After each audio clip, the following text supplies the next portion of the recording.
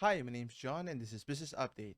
In this week's episode, we'll be discussing what we just talked about a few days earlier regarding not pissing off Jimmy Butler to elevate his game to, an ultimate high in terms of being an 8 seed underdog from when the playoffs started a few weeks back by dethroning the or defeating the number one seed, and now they're on the precipice of defeating the number two seed, which is the Boston Celtics, which is a very remarkable ride. If you ask me personally, they were not supposed to win the series because they were given only, I think, a 3% chance, according to the analyst, which is kind of ironic because regardless of how stacked the other team is, I mean, they should be given a higher chance than just 3%.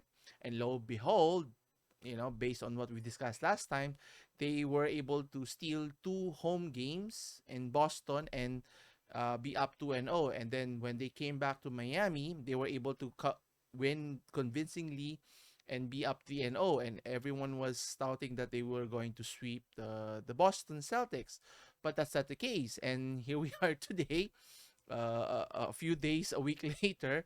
Boston was able to recover, win one game, and win game four, and then win game five again. And then game six, when they came back to Miami, everyone was thinking Miami was going to shut the deal and move on, go to the finals for the second time in Jimmy Butler's tenure at Miami.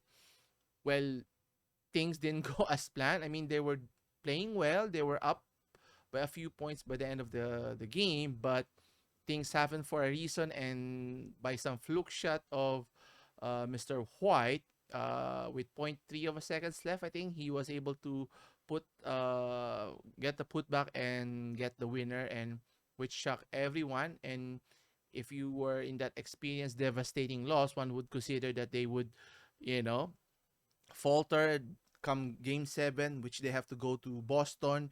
One would expect that they would fold and lose, miserably. Well, that's not the case here, and he made that promise right after game six, which is what we're going to discuss here. And according to the SI.com, Jimmy Butler's very bold statement after the Miami Heat loss at game six, that that they're going to come back and advance to the finals again, which is pretty remarkable in terms of his attitude and belief. Obviously, on how they were defeated, they were not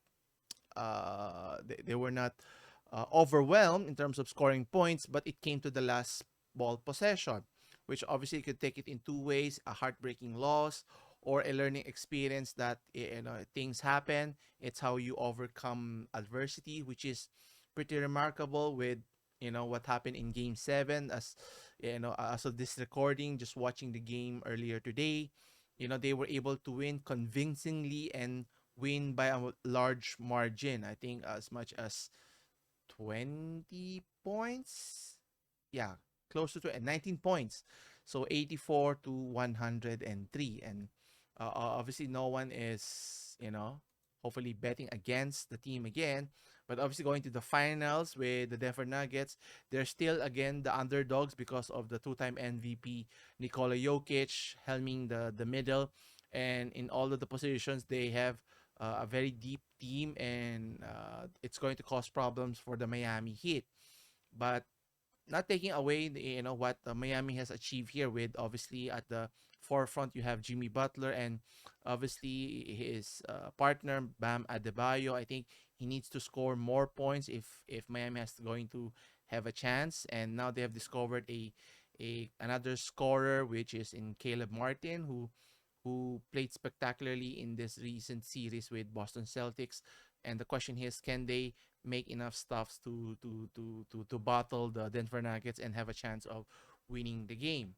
And according, based on my perception, I think it's not going to be a sweep. I think it's going to be a tight series. Hopefully, it goes to Game 7, and I'm either teams is fine for me. Whoever wins, I'd prefer that Jimmy Butler gets his first ever championship, leading the Miami Heat, because he's already in his latter stages of his career, or early to mid 30s. on the other hand, Jokic is still in his prime, ascending to where he's going to be a super mega star, where he is already is, and with his cohorts with Jamal Murray and Michael Porter Jr. and even Aaron Gordon still ascending. So they'll have multiple chances here, but we'll see if it's going to be based on the player's capability, or is it coaching strategies, between Michael Malone and Eric Spoelstra here.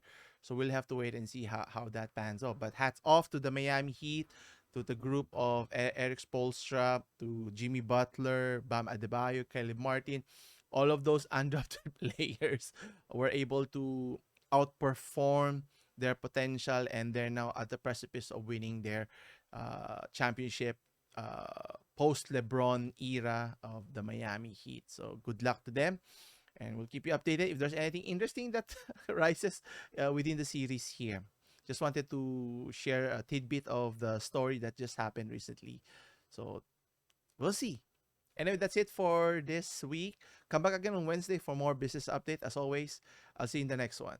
Take care.